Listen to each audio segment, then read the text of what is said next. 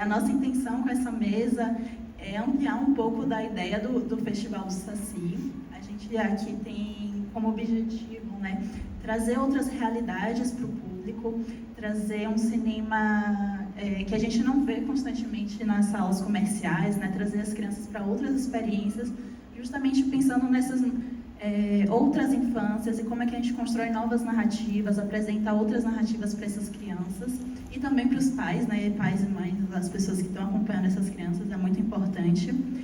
E pensando nisso, eu queria passar a palavra inicial para a Larissa, para ela compartilhar um pouco desse processo, em especial de roteiro, né, de pesquisa, de como que tem sido pensar essas novas narrativas, né? Eu acho que muito do que a gente tem produzido hoje em dia parte também das nossas lembranças de criança, ou do que a gente gostaria de ter visto em tela, como é que a gente gostaria de ser representado. E eu queria que você falasse um pouco nesse sentido.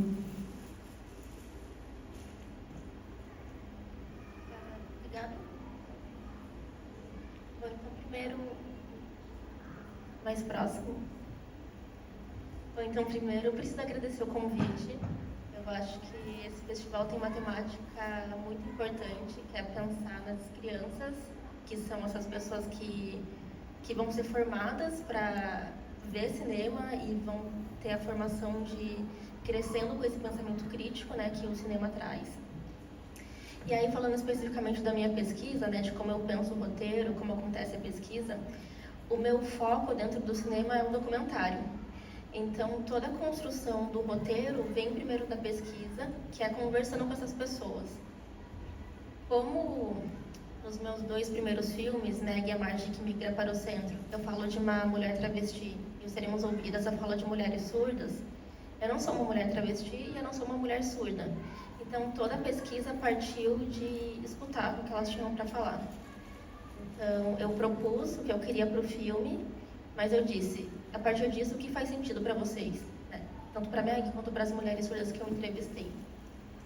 Então, foi um processo de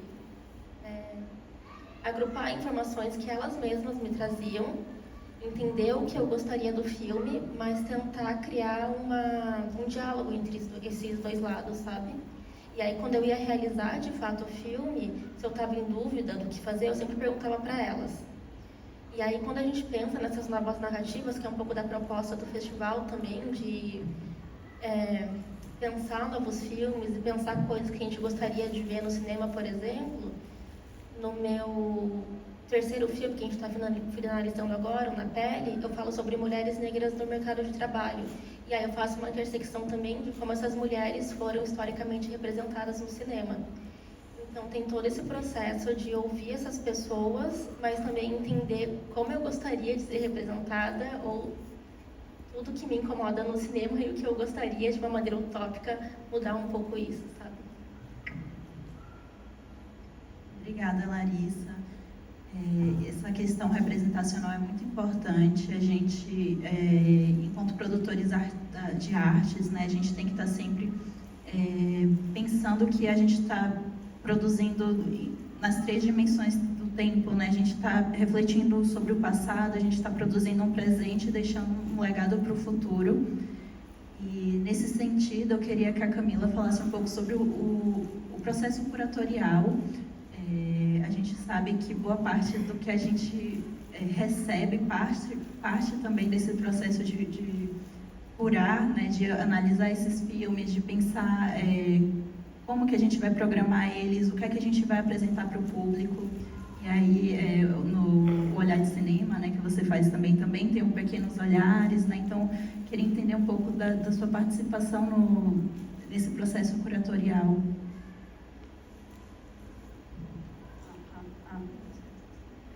Antes de mais nada, eu também queria agradecer a Diana e a todo mundo que trabalha, que faz o Saci acontecer, né, pelo convite, a possibilidade de estar aqui. Também é uma alegria estar com a Juliana, estar com a Larissa, para poder estabelecer esse diálogo. Bom, acho que antes até de falar um pouco da sua pergunta, teve uma coisa que eu fiquei pensando muito sobre como falar e o que falar aqui hoje, já que eu não trabalho especificamente com infâncias, né? tem no processo de pesquisa um certo avizinhamento, no sentido de que eu acabei de terminar o doutorado e era pensando juventudes, então não é a mesma coisa, mas a gente tem uma aproximação nas discussões. Mas aí eu fiquei tentando rememorar e lembrar, além da Pequenos Olhares, o Olhar de Cinema especificamente, que é uma mostra dentro do festival, né, voltada ao público infantil e ao público das famílias, enfim. Tentando pensar na minha relação com a infância a partir do cinema, também em outras frentes de trabalho, assim, como realizadora e em outras experiências curatoriais.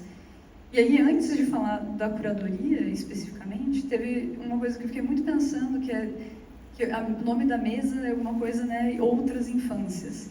E aí eu fiquei pensando nessa ideia do outras e de como é sempre muito desafiador falar das outras, porque diferente do que acontece com isso que seria o avesso, ou que está contido pela ideia de outras, então é o mesmo, aquilo que se agrupa em torno daquele guarda-chuva da normalidade, entre muitas aspas, muitas vezes é o que não é nomeado, né? É aquilo que é mais fácil de conter e de cercar. E aí, como eu estou falando que não é nomeado, acho que é bom, às vezes, fazer o exercício de tentar nomear, que são as experiências marcadas pela branquitude, pela cisgeneridade, pela heterossexualidade, as experiências ouvintes, as experiências neurotípicas, e etc, etc, etc, etc. E quando a gente fala de quais são essas outras experiências, aquilo que está nas bordas disso, nas margens, fazendo a referência, né, ao próprio título do filme da Larissa, é inesgotável, porque a diferença ela não para, assim, né? Então, toda vez que a gente vai falar de diferença, alguma coisa vai estar ficando de fora, assim. Várias coisas vão estar ficando de fora. E aí eu achei que era importante situar que o meu campo de atuação, meu campo de pensamento e de pesquisa, como você anunciou no início, né, é muito pensando as questões de gênero e de sexualidade.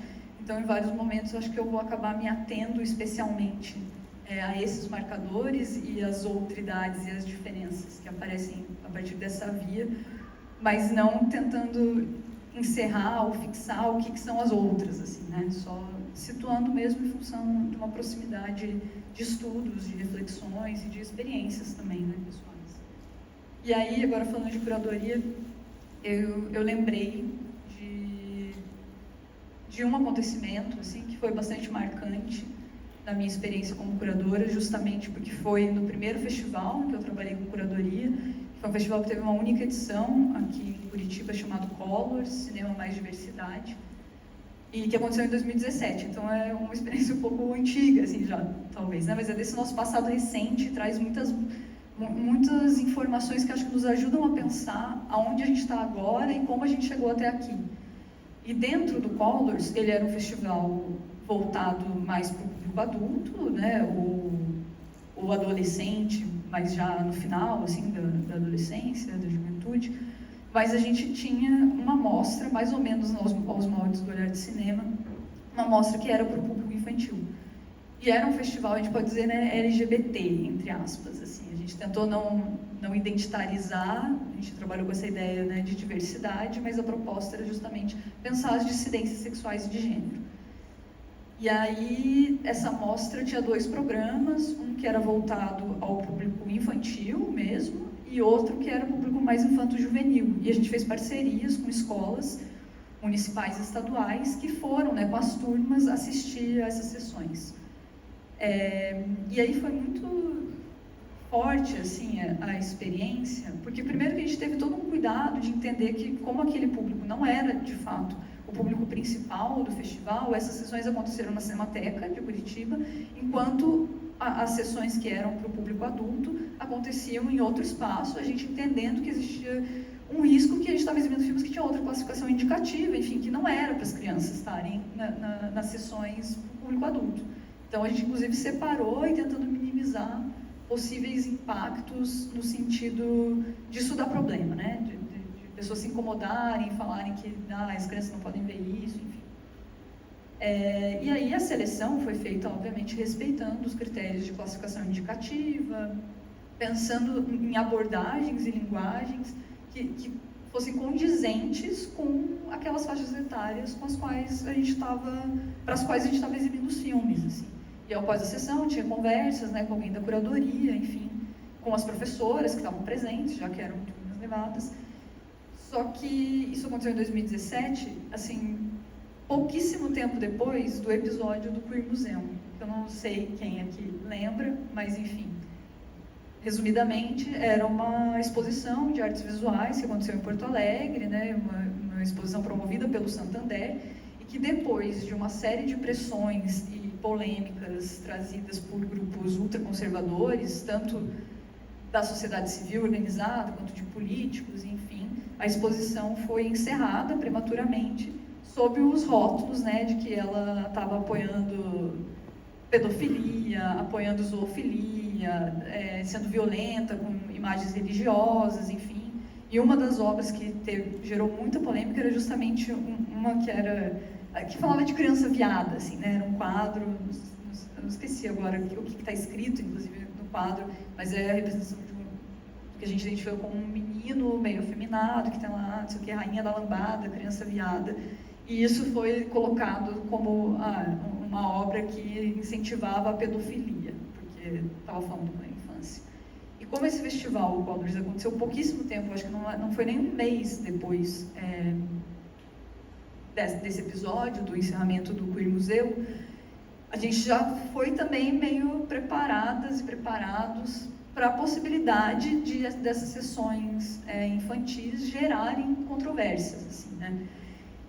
E aí, só que ao mesmo tempo a gente se sentia com muita segurança em relação aos filmes que a gente estava exibindo, porque os filmes para as crianças menores, por exemplo, eram animações que, sei lá, falavam de menino que gosta de brincar com boneca. Tipo, sabe, isso, como respeitar esse menino que gosta de brincar de boneca com a irmã. Ou tinha um que era um stop motion, assim, com massinha, em que todo mundo era de uma cor ou de outra, e que era azul e rosa, e aí tinha uma figura ali que era roxa. E aí primeiro existia um movimento de exclusão dessa figura pelo grupo, e depois de acolhimento e deles perceberem, a gente pode misturar as cores, enfim, ou seja, era uma linguagem muito lúdica, assim, né, muito apropriada, de fato, para discutir questões de diversidade com crianças. E as crianças responderam super bem e fizeram várias considerações, e foi super legal, assim, a conversa com elas. Mas teve o primeiro dia, que teve a exibição, deu tudo certo. No segundo dia, chega lá, aparece pessoas da Secretaria de Educação do Estado do Paraná, porque supostamente tinha já havido ligações de pais e mães que não gostaram, que quiseram saber mais, que falaram que as crianças estavam sendo levadas pela escola para ver filmes inadequados, enfim, que era apologia à homossexualidade, que era todo aquele discurso que a gente conhece, assim, né?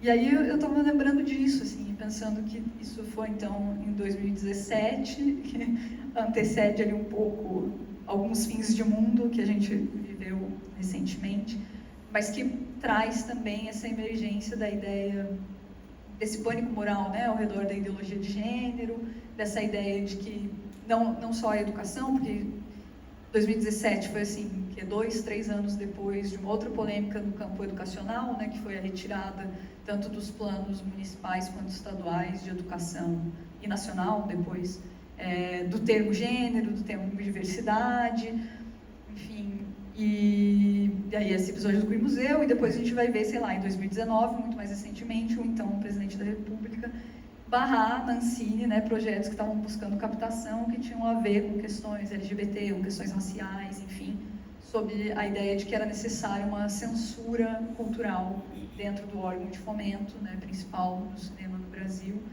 porque teriam vieses ideológicos nessas obras.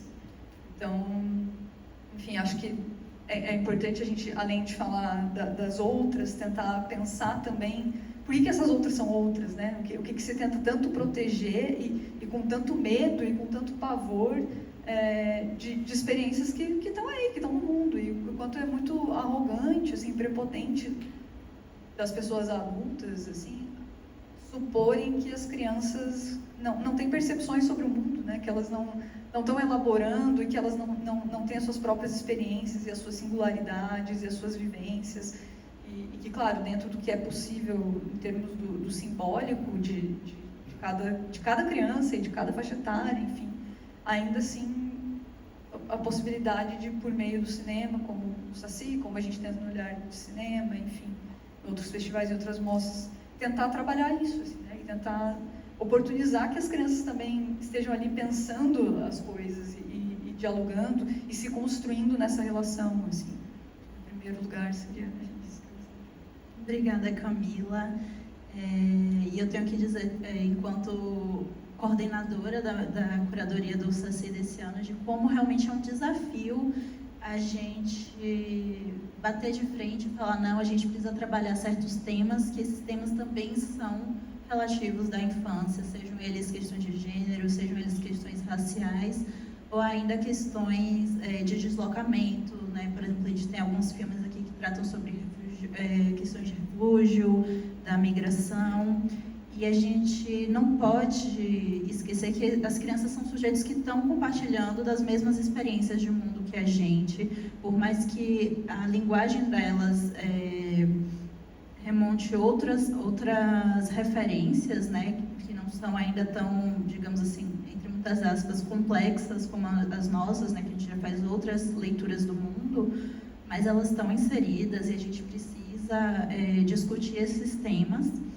E aí eu queria aproveitar e passar a fala para a Juliana, para ela compartilhar um pouco sobre esse projeto que ela comentou novo, e falar um pouco também sobre essa questão da, digamos assim, como que a gente vai distribuindo esses filmes, né? Eu acho que quando a gente está produzindo um cinema, digamos que não hegemônico, né? Um cinema não comercial, como é que a gente pode pensar, né? Eu lembro assim de ter crescido assistindo muito conteúdo, por exemplo, nas TVs educativas estatais, né? Ali eu tinha acesso a muitos novos formatos, novas narrativas que a gente não vê nas TVs comerciais, no cinema comercial. Eu queria pedir para você falar um pouco sobre o seu projeto, né?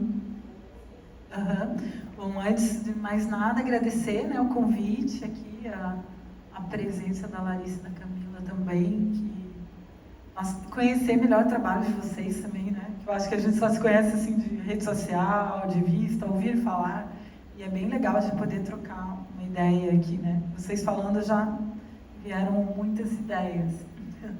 Eu sou da área de educação também, né? Então essa questão que a Camila levanta é muito importante, assim, porque dentro da educação eu acho que a gente tem assim sempre esbarra, né? Tem muitos desafios ali para a gente colocar. Eu sempre produzi conteúdo, né? Para criança, então conteúdo didático, já faz mais de 20 anos que eu trabalho com isso.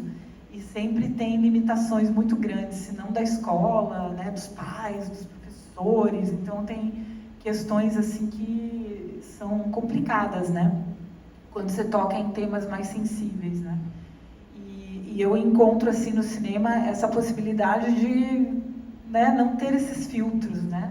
Da gente não ter tantas limitações, de poder também falar daquilo que a gente acha que é importante, não só para a sociedade, quanto também, né, para as crianças, assim, entrar em contato com coisas novas, diferentes. E quando você fala de outras infâncias, a infância está se transformando, né?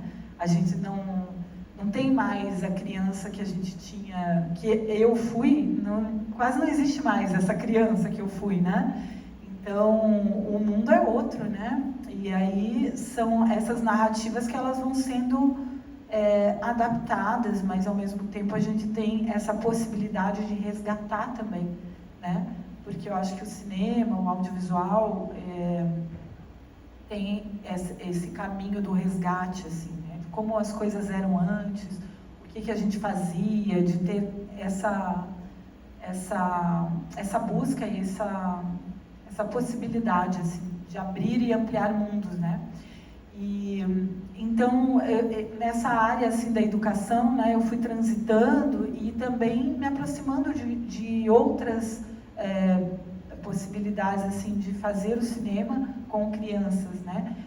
Tanto que quando eu comecei no projeto Olho Vivo, aqui no começo dos anos 2000 em Curitiba, a gente tinha um projeto que era o Minha Vila Filmo Eu, que depois virou um ponto de cultura, né?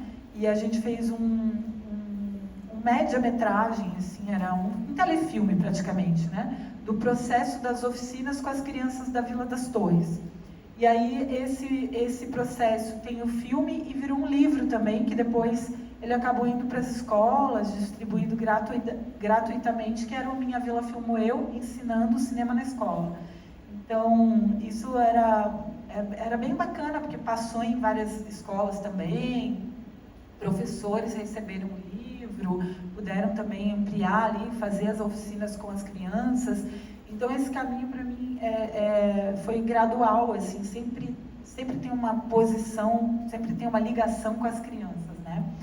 Aí, quando eu fiz o Bicho do Mato, que foi o único filme, assim, infantil que eu fiz, eu acho que foi o filme que mais rodou festival e que mais ganhou prêmio e me aproximou do público infantil. Ele conquistou muito, assim, as crianças também.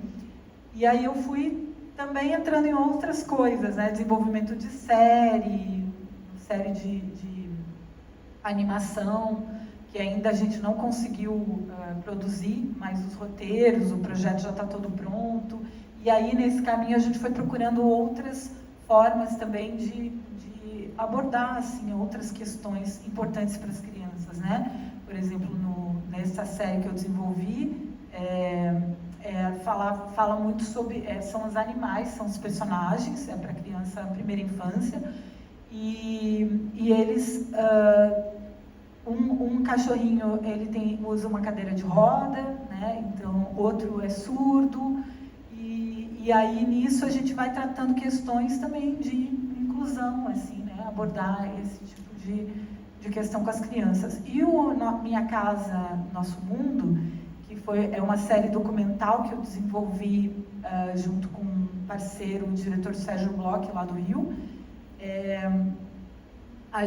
Eu tinha essa ideia, era para as TVs públicas, né? De crianças que vão conhecer a realidade de outras crianças, então viajam para outros lugares, né? Cruzam o país muitas vezes, para ir lá e entender qual é o mundo dela. A ideia era começar pela casa, né? Porque a casa diz muito, assim, sobre quem somos, né?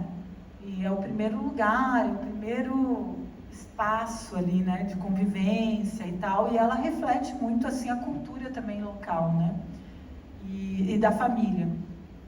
Então, era começar da casa para daí expandir para o mundo, por isso era Minha Casa, Nosso Mundo. Ele continua com esse tema, mas a casa, ela foi se perdendo um pouco, porque a gente acabou entendendo que, às vezes, a relação da criança com a casa nem é tão, assim, importante, né? Quer dizer, não é que não seja importante, mas não reflete tanto, às vezes, quanto as atividades que ela faz e tal. Então, essa série agora ela está sendo finalizada, né?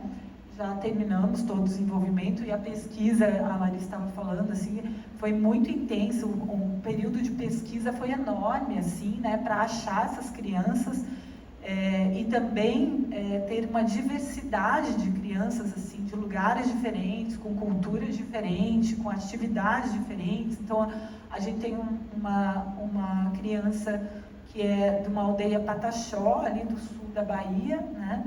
Que vai visitar uma menina que mora em Salvador, que faz parte do grupo Malézinho, que é um grupo afro, né? Super grande em Salvador, assim. E aí ela ensina o que ela sabe, né? Então a ideia é a criança que recebe ensinar o que sabe, assim, o que faz, né?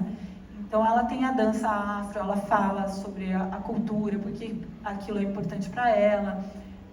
E aí a menina que é da aldeia, né, a Pataxó, acaba se inserindo naquele cotidiano, aprendendo aquilo, e depois ela recebe uma outra criança. Então ela recebe uma menina que veio do Rio, que é descendente de japonês, e vai lá e vai, né, viver o cotidiano na aldeia, ali aprender as brincadeiras. Então isso foi muito legal fazer essa série, porque eu conversei com muita criança, né? Então a gente eles faziam uma pesquisa, mandavam depois que tinham interesse na criança e tal, tanto o diretor quanto a pesquisadora e a produtora. Aí falavam, então agora a conversa é com a Juliana, né, do roteiro. E aí eu ia fazendo outras perguntas que eles não tinham feito, que eu acho que a pesquisa vai num caminho assim de entender, podemos filmar as crianças, falar com a mãe, com o pai, ter as autorizações todas, né? Aí comigo eu já perguntava 1001 coisas, assim, então se é outra criança por aí, o que você vai ensinar para ela, como é que vai ser, você, né, os gostos, comida, então a série está ficando muito linda, eu já assisti quase todos os episódios, assim, e é muito rica, assim, né, nessa troca. E é uma possibilidade de expandir sempre, né, porque aí a gente pode ir entrando em outros temas, né, tem uma menina que ela tem baixa visão, que mora em São Paulo, então a gente procurou, assim, ter uma diversidade de crianças, né, e mostrar um pouco do dia a dia, como o que ela faz, o que ela come, né, como é o cotidiano, né, dessas crianças e essa troca, que eu acho que é bem importante, é bem legal. E esse foi um edital, eu acho que foi aprovado em 2017, 2018, para as TVs públicas, então vai para as TVs públicas logo também. Né? Maravilha, Juliana, obrigada. E eu acho que é bastante isso que você falou. Acho que as crianças, elas têm um poder de absorver esse mundo que elas entram em contato, e que o audiovisual ele tem esse poder justamente de apresentar algumas realidades que talvez elas não alcançassem, né? A gente acabou de exibir, por exemplo, o Águas do Pastaza, que é um filme incrível, assim, um documentário observacional, que o tempo todo a gente está ali acompanhando crianças indígenas do Amazonas interagindo com aquele ambiente. Então elas estão ali remando, elas estão escalando árvore, elas estão fazendo coisas que a gente identifica como indígena, mas elas também estão em contato com temas que são colocados como não indígena, né? A questão do celular, a questão dos símbolos, porque tudo isso chega nessas crianças. E é importante que as nossas crianças tenham contato com essa diversidade, justamente para a gente sair desse lugar do outro, né? Porque todos nós somos outros, né? A partir do momento em que a gente não é esse, digamos assim, esse cidadão ideal para qual a nossa sociedade hétero, cis, branca, patriarcal é desenvolvida, a gente é esse outro.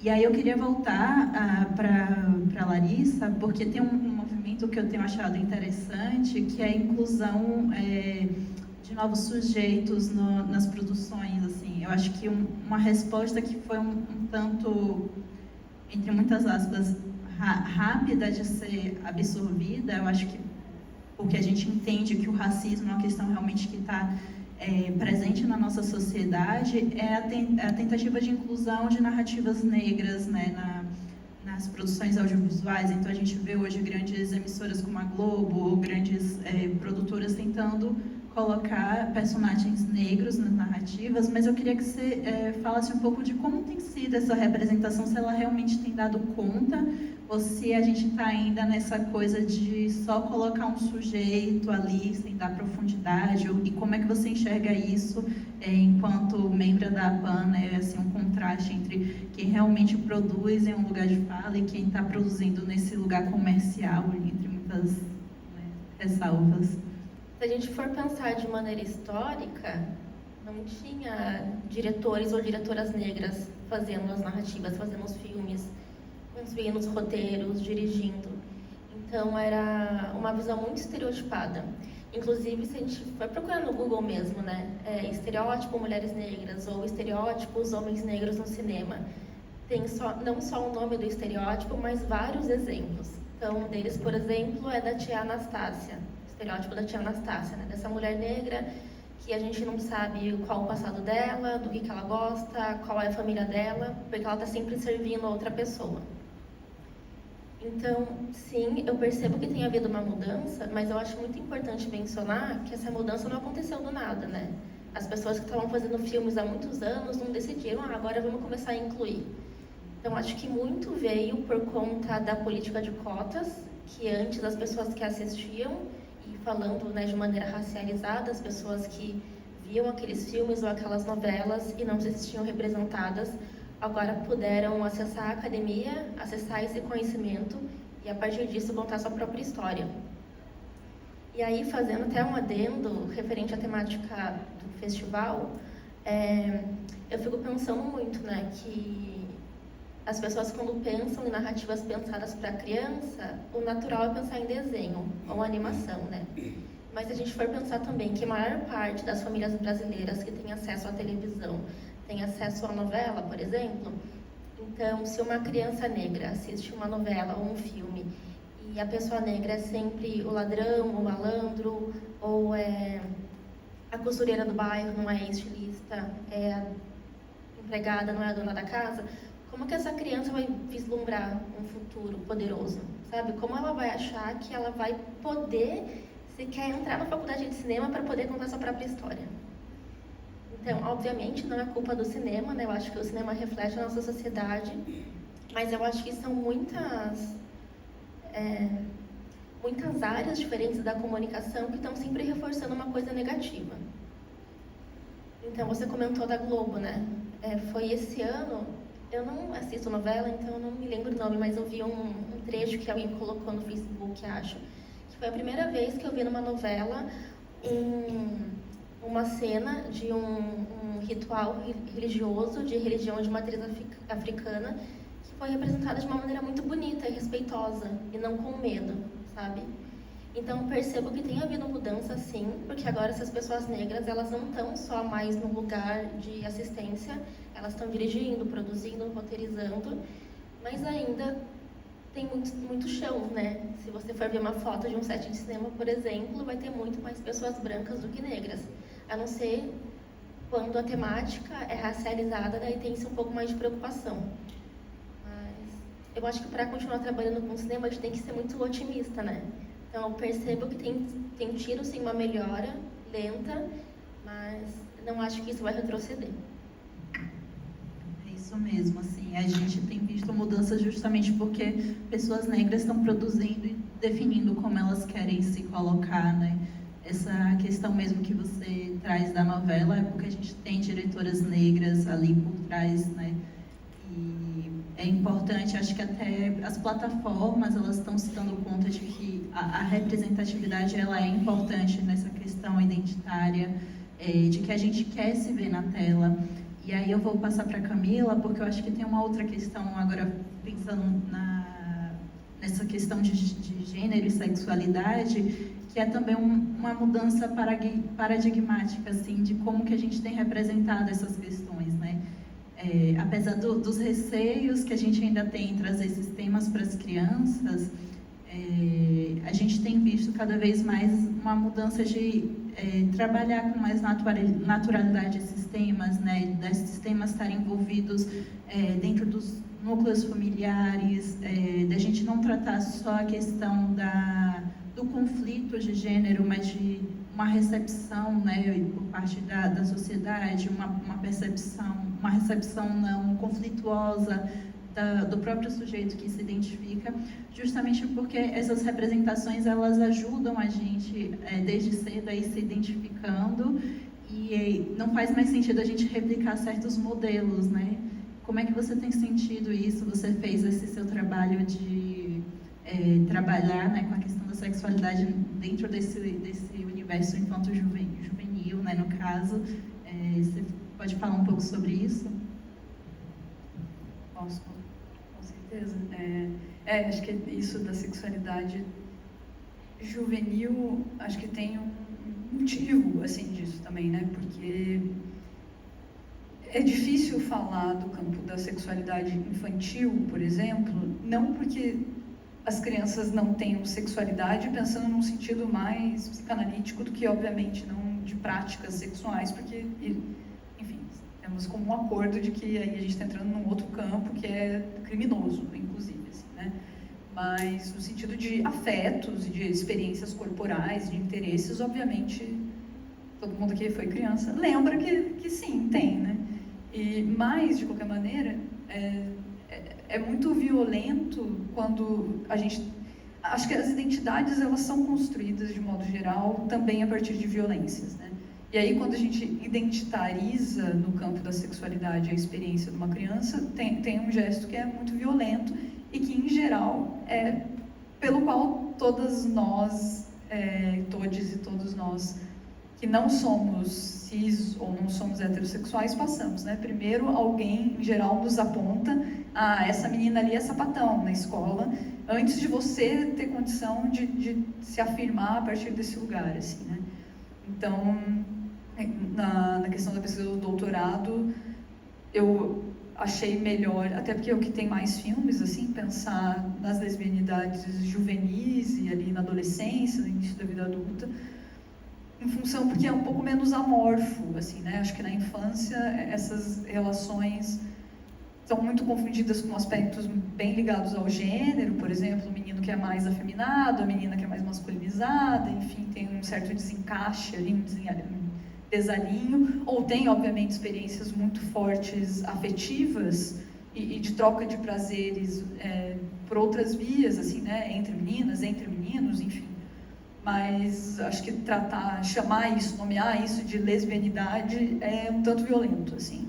Então, quando a gente está falando de adolescentes que conseguem já se autonomear dessa maneira, quando parte, né, desse lugar da agência também, do autorreconhecimento, aí acho que a gente tem um outro campo possível de discussão, e que, em geral, até pelo que a gente vê nos filmes, é mais a partir ali da adolescência, do fim da idade escolar, assim, né, do ensino médio, enfim.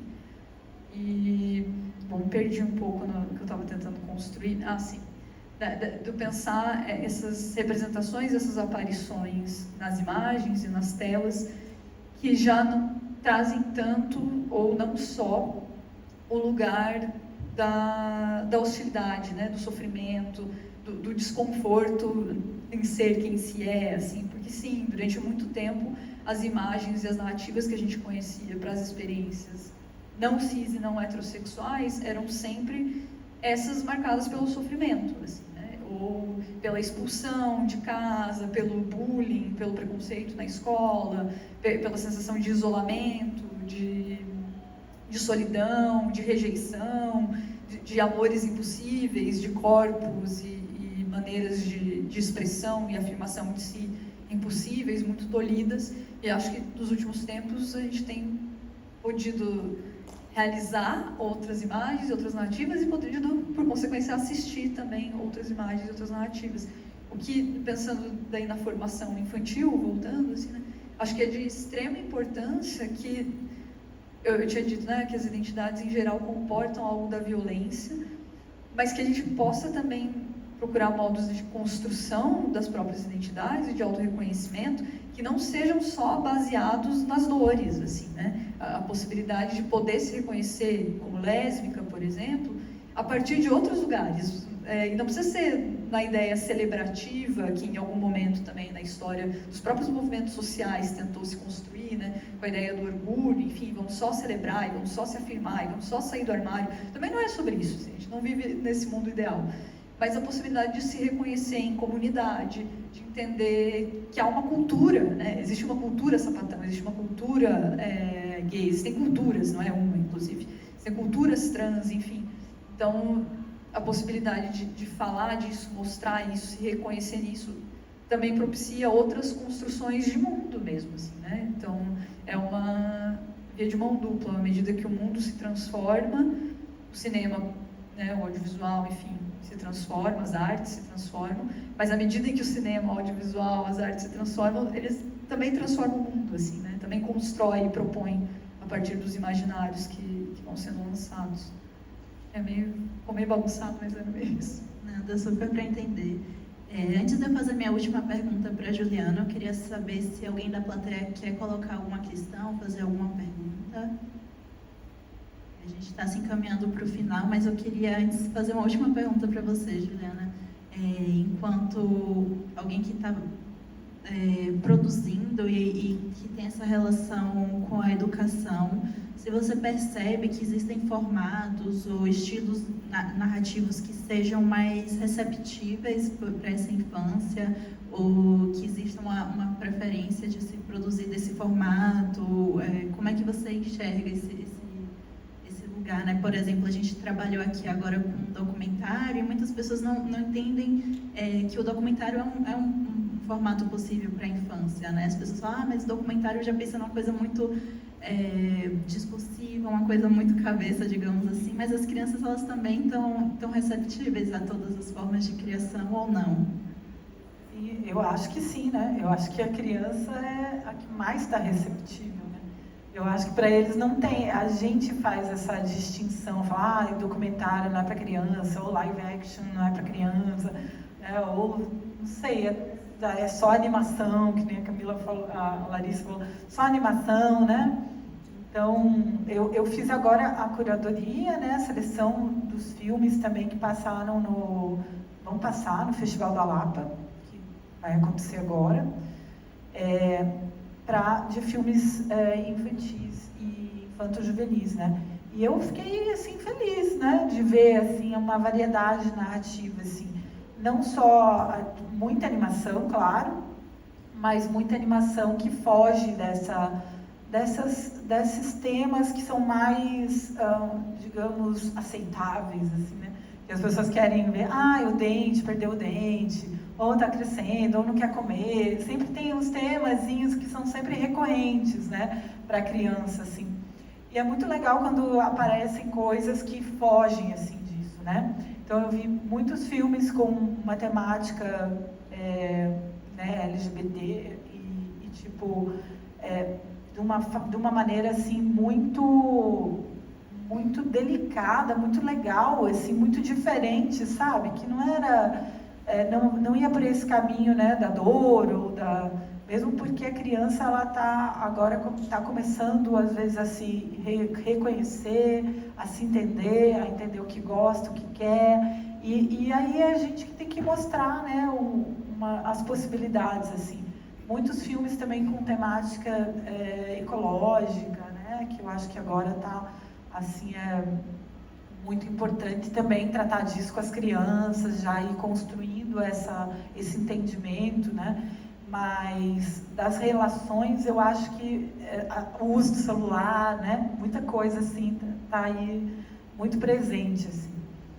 Mas elas estão muito abertas, né? E eu acho que o documentário, eu acho que ele capta muito a atenção das crianças, assim, porque aquilo, ela se reconhece imediatamente, né? Então, às vezes, na animação usa-se os subterfúgios, são bichinhos, são isso, são aquilo, e ela vai por né, espelhamento ali, digamos. Mas no documentário, eu acho que às vezes é mais real, né? Então, ela fala, né, se vê ali, fala, existe, essa criança existe, ela é real, é de verdade, então tem outro impacto. Não digo que é melhor ou pior, mas é diferente, né?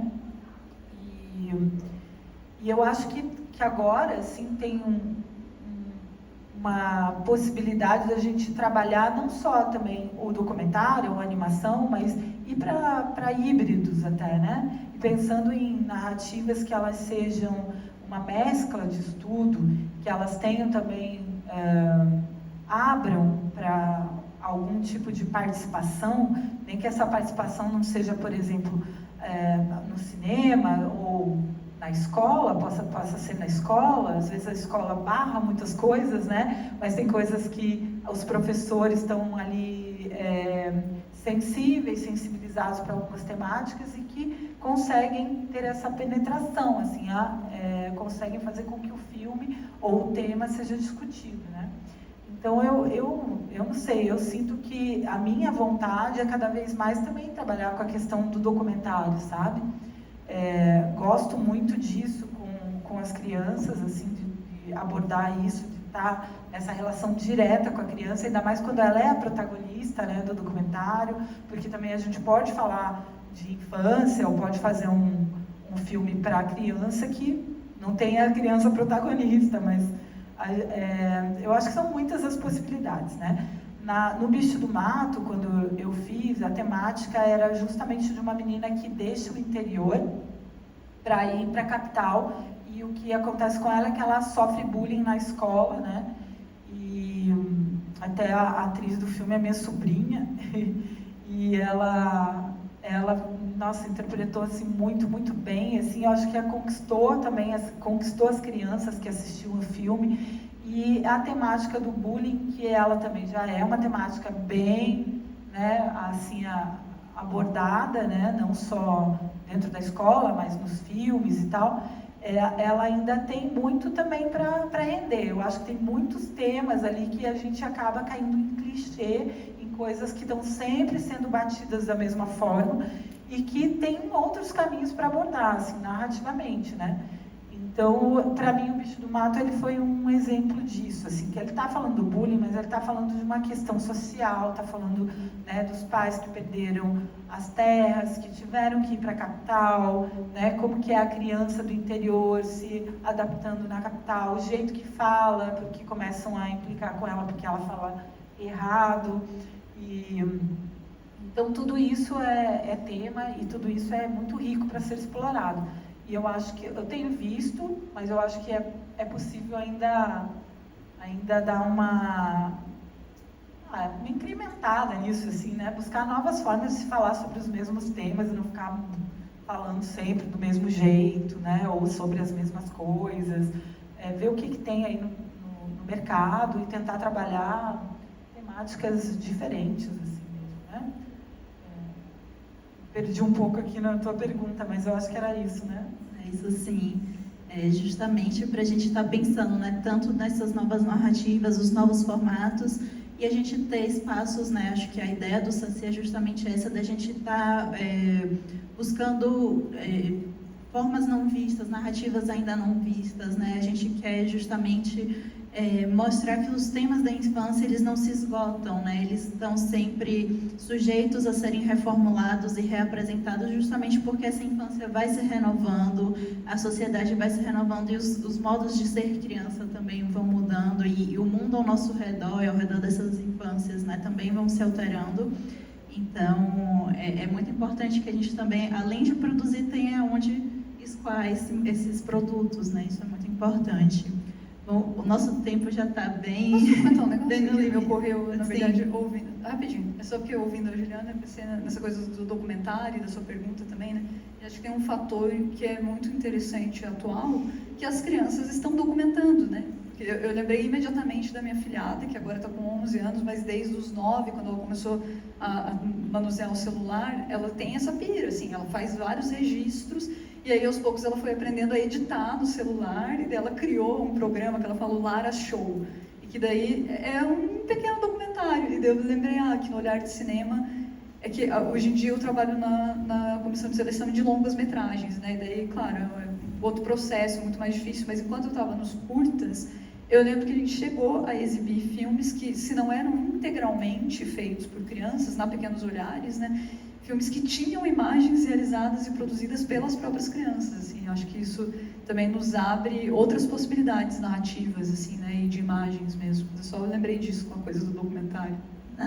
Sim, total.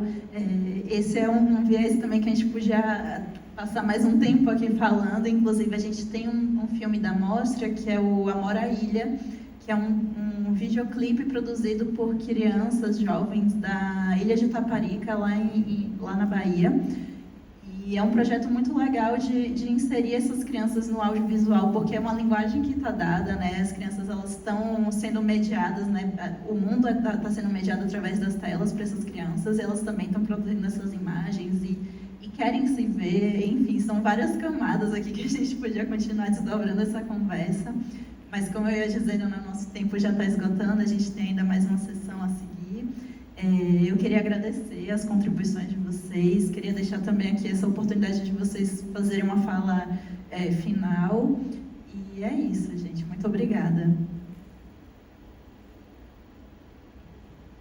Vou começar. Bom, de novo, agradecer pelo convite, a presença da Camila e Juliana, as pessoas que ficaram para acompanhar. Agradecer também a intérprete de Libras, porque não é fácil traduzir assim na hora.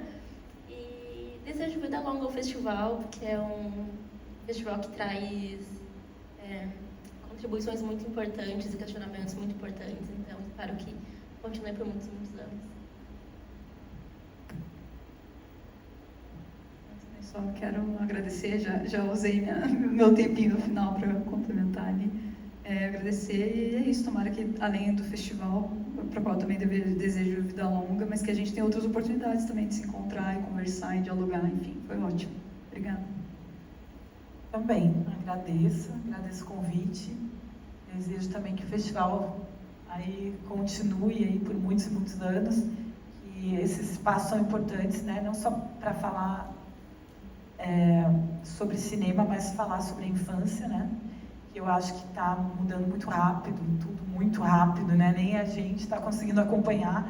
Aí vem aí mais uma temática que é da inteligência artificial, que está começando, como lidar com tudo isso, tanto na escola quanto na arte, né? Porque tem muitas polêmicas aí se formando e a gente não sabe muito aí o caminho como que isso vai dar, né?